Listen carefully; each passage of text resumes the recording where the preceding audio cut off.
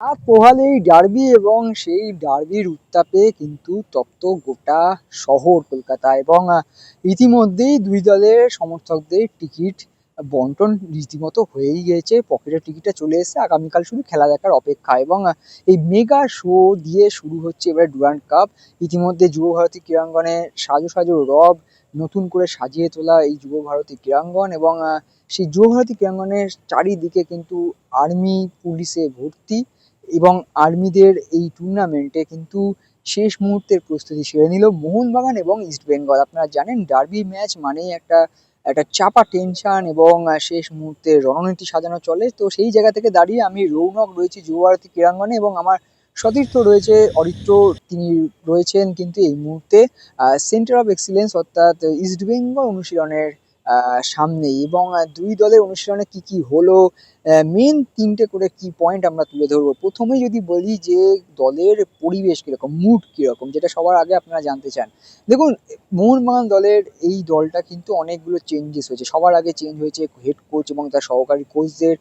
তার সঙ্গে বেশ কিছু নতুন ফুটবলার এসছেন এবং মানিয়ে নেওয়ার একটা ব্যাপার, নতুন প্রসেস। সেই জায়গা থেকে দাঁড়িয়ে এটা বলা যেতেই পারে যে মোহনবাগানের না ওই ফিল গুড পরিবেশ আমরা বলবো না, আবার খুব সিরিয়াস সেটাও বলবো না। দলের প্রত্যেকটি ফুটবলার এই মুহূর্তে একটা বলা যেতে পারে ট্রানজিশন পিরিয়ডের মধ্যে রয়েছে, যেখানে নতুন কোচের পরিকল্পনা বোঝার চেষ্টায় রয়েছেন প্রত্যেকে। এবং যেটা অবশ্যই বলা যেতে পারে যে দলের ফুটবলাররা কিন্তু কনফিডেন্ট, এইটা কিন্তু বলা যেতে পারে। এবং তার সঙ্গে গুটি কয়েক সমর্থকরা এসেছিলেন, তাদের সঙ্গেও কিন্তু কথা না হলেও কিছু সেলফির আবদার হোক বা তাদের ওই ডার্বি জয়ের আবদার শুনে গেলেন কোচ থেকে শুরু করে ফুটবলাররা। এবং তার সঙ্গে আমরা যদি কথা বলি, আজকে অনুশীলন 1 ঘন্টার, কিন্তু প্রত্যেক দিনের মতো এদিনও কিন্তু মিটিং হলো। প্রত্যেক দিনই কিন্তু কোচ মিটিং করছেন, আসলে মিটিং নয়, এগুলো হচ্ছে যে দলের প্রত্যেকটা পজিশনের সেটিং, অর্থাৎ কে কি দায়িত্ব নেবেন, কি করবেন সেটা। তো এই ছিল মোহনবাগানের মুড এই মুহূর্তে।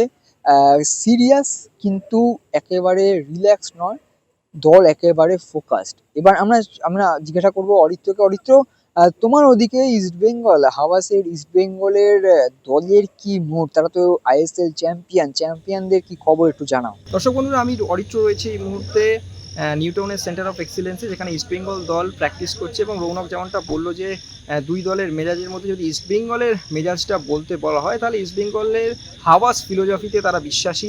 তারা একেবারে খোশ মেজাজে, কোনো রকম ডার্বির আগে যে টেনশন চাপ থাকে, সেই নো টেনশন বা নো চাপ, সেই একটা ফিলিংস কিন্তু ছিল কার্যত বলা চলে। আছে গোটা ইস্টবেঙ্গলের যে ট্রেনিং সেশন, সেই ট্রেনিং সেশানে এবং শেষের দিকে হাবাস, মানে আপনারা জানেন যে অনেকটা সিরিয়াস, কিন্তু হাবাস এই দলটাতে আমরা যেটা খুব শেষের দিকে দেখলাম যে খুব একটা দলের খেলোয়াড়দের সঙ্গে বা সাপোর্ট স্টাফদের সঙ্গে হাসি ঠাট্টা করতে দেখা গেল।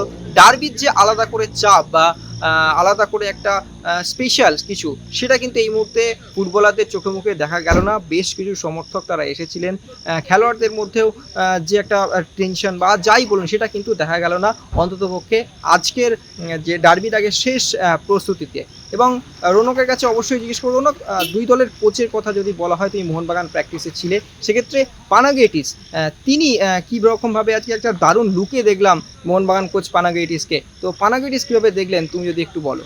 হ্যাঁ, তো একদমই তাই। এবং তার সঙ্গে যদি আমরা সত্যি পানুসের কথা বলি, তিনি নতুন হেড কোচ, তিনি মোহনবাগানের দায়িত্ব নিয়েছেন এবং প্রথম ডার্বি তার জন্য। প্রতিপক্ষ হাওয়াসের, যেখানে অসংখ্য ডার্বি জয়ের রেকর্ড, কোনোদিন হারেননি, এরকম একটা ব্যাপার।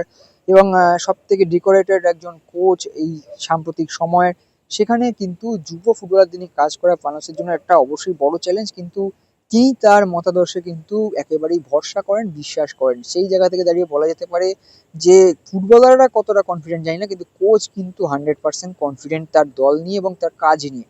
এবং এমন একজন কোচকে আমরা দেখছি, যেটা সাম্প্রতিক সময় আমরা দেখিনি, যেখানে কোচ, হেড কোচ নিজে দায়িত্ব নিয়ে প্রত্যেকটা পজিশনের ফুটবলারদের প্রত্যেকটা ড্রিলস নিজে হাতে বুঝিয়ে দিচ্ছেন, নিজে সব সময় ভোকাল থাকছেন। এরকম ভোকাল টনিক খুব বেশি দেখা যায় না, যেখানে সহকারী কোচরা করেন এবং কোচ অবজার্ভ করেন।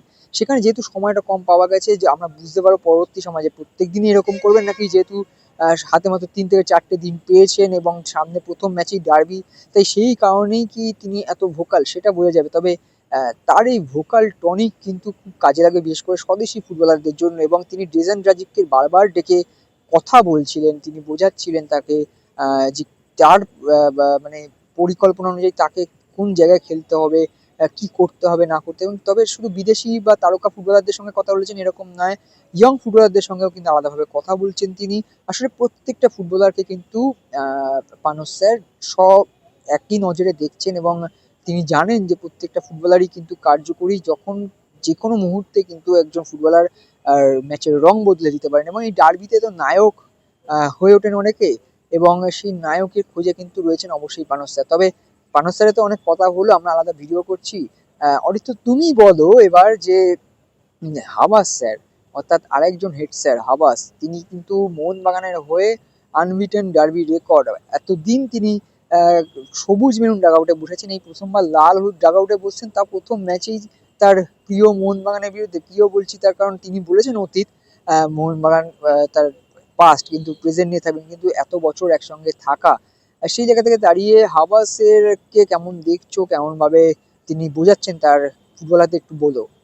একদমই, দেখো যদি হাবাসের কথা বলতে হয়, হাবাস টু সিরিয়াস। এবং আজকে যতক্ষণ আমরা ফার্স্ট 15 মিনিটস যখন আমরা করছিলাম, যখন আমরা কভার করতে পেরেছিলাম, সেই ফার্স্ট 15 মিনিটসে কিন্তু দেখা গেল হাবাস কোনো রকম কোনো কথা বলেনি। এবং তারপরের যে পুরো সিচুয়েশন প্র্যাকটিসটা, সেই সিচুয়েশন প্র্যাকটিসে অ্যান্টোনিও লোপেস হাবাস কিন্তু অন্য মেজাজে চলে গেছিলেন, অন্য গ্রহে চলে গেছিলেন কার্যত বলা চলে। ইস্ট বেঙ্গল প্র্যাকটিসে পুরো একদম যে গুরুগম্ভীর যে শিক্ষক, সেই পুরো চ্যাপ্টারটাকে বাদলে দিয়ে একজন রাগী শিক্ষকে পরিণত হয়ে গেছিলেন। এবং শেষের দিকে দেখা গেল প্রত্যেকটা ফুটবলারকে বসিয়ে রেখে অ্যান্টোনিও লোপেস হাবাস তিনি বোঝাচ্ছেন এবং কার্যত বলা চলে প্রত্যেকটা ফুটবলারের কোথায় ভুল হচ্ছে, কোথায় ঠিক হচ্ছে, প্রত্যেকটা ফুটবলারের কাঁধে হাত দিয়ে ধরে ধরে কিন্তু কার্যত বুঝিয়ে দিচ্ছিলেন অ্যান্টোনিও লোপেস হাবাস আজকের ইস্টবেঙ্গল অনুশীলনে। এবং রৌনক, তোমাকে যদি বলা হয় যে দুটো বিদেশি অর্থাৎ ইস্টবেঙ্গলের দানি রামিরেজ এবং ডিজে মোহনবাগানের ক্ষেত্রে, সেক্ষেত্রে ডিজেকে তুমি কীরকমভাবে দেখলে? অবশ্যই দুই কোচের মগজাস্ত্রের লড়াই তো হবেই অরিত্র। তবে এটাও আমাদের কিন্তু মাথায় রাখতে হবে যে ডিজান ড্রাজিক তিনি কিন্তু একমাত্র বিদেশি এই মুহূর্তে। আলবার্তো রড্রিগেজ চলে এলেও খেলার সম্ভাবনা নেই বললেই চলে, কারণ একটা অনুশীলন তিনি করলেন না, কোচের স্ট্র্যাটেজি কি জানতে পারলেন না, তো কিভাবে খেলানো যেতে পারে। সেই জায়গায় দাঁড়িয়ে ডিজান ড্রাজিককে কিন্তু আমরা আগের দিনেও বলেছিলাম যে যথেষ্ট ফিট হয়েই এসছেন, যদিও ম্যাচ ফিটনেস একটা অন্য জিনিস এবং তার সঙ্গে কোচের পরিকল্পনার সঙ্গে মানিয়ে নেওয়া একটা ব্যাপার। কোচের কি স্ট্র্যাটেজি সেটা জানার একদিনই সময় পেলেন তিনি আজকে। এবং তা কিন্তু দেখে একটা জিনিস বলা যেতে পারে অরিত্র, সেটা হচ্ছে তার ফার্স্ট টাচ কিন্তু বেশ নজর কাড়া এবং তার সঙ্গে পাসিং এবিলিটি নিয়ে প্রশ্ন উঠবে না। তিনি আগেও যখন আইএসএল খেলেছেন আমরা সবাই দেখেছি তিনি কিভাবে গোলের পাস বাড়াতে পারেন, নিজে গোলও করতে পারেন। এবং তার সঙ্গে কিন্তু অবশ্যই যেভাবে তিনি সাহাল বা লিস্টান বা মনবীরদের সঙ্গে বা কিয়ানের সঙ্গে যেভাবে একটা মেলবন্ধন গড়ে তুলছিলেন এবং তাকে কোচ যেহেতু তাকে যখন মানে সিচুয়েশন প্র্যাকটিস হচ্ছিল তিনি দ্বিতীয় দলে ছিলেন, সেই দ্বিতীয় দলেও কিন্তু থেকেও অর্থাৎ ফার্স্ট টিমের প্লেয়ারদের এগেনস্টেও কিন্তু তিনি যথেষ্ট নজর কাটছিলেন, পাস বাড়াচ্ছিলেন ভালো ভালো। এবং আশা করা যায় যে যদি তিনি খেলেন তাহলে অবশ্যই কিছু ভালো মুহূর্ত আমরা দেখতে পাবো, কিছু স্কিল দেখতে পাবো, কিছু ভালো টাচ দেখতে পাবো আমরা ডেজান ড্রাজিকের থেকে। তবে ডেজান প্রথম একাদশে না থাকলেও কিন্তু দ্বিতীয় অর্ধে নামতে পারেন এমনটাই মনে করা যায়, যেটুকু আমরা দেখলাম। এবার অরিত্র, তোমার কাছে জানতে চাইবো যে ডেজানকে তো আমরা দেখলাম, ডিজে ডেজান তিনি কিন্তু নামলে ডিজে কিন্তু বাজবে, তবে ডিজে বন্ধ করার জন্য কি ওইদিকে দানি রামিরেজ বা রাশিদরা তৈরি রয়েছেন অরিত্র? একটু দর্শক বন্ধুদের জানাও। দেখো, অবশ্যই ডানি রামিরেজের কথা যদি বলতে হয়, ডানি রামিরেজ হয়তো স্টার্ট করবেন না, সেক্ষেত্রে তাকে আমরা দ্বিতীয়ার্ধে দেখতে পারি। সেক্ষেত্রে ডানি রামিরেজ আজকে দুরন্ত কয়েকটা গোলও শট মেরেছেন দেখা যাচ্ছে এবং গোলার মতন শট মারতে দেখা যায় ডানি রামিরেজ। It's good. এবং তবে তাকে দেখা যাবে কিনা ডার্বিতে সেটা হয়তো সেকেন্ড হাফে আপনারা দেখতে পারবেন। তবে ফার্স্ট হাফ পুরোপুরি ইন্ডিয়ান ব্রিগেডদের নিয়ে নামতে চলেছে লাল হলুদ brigade coach Antonio Lopez Habas. Dani রামিরেজকে নিয়ে কিন্তু আশায় বুক বাঁধতে পারেন ইস্ট বেঙ্গল খেলোয়াড়রা, সম্পূর্ণ ফিট রয়েছেন এবং তার জোরালো শটে কিন্তু একাধিক গোল করেছেন অন্ততপক্ষে আজকের অনুশীলনে। Extra time.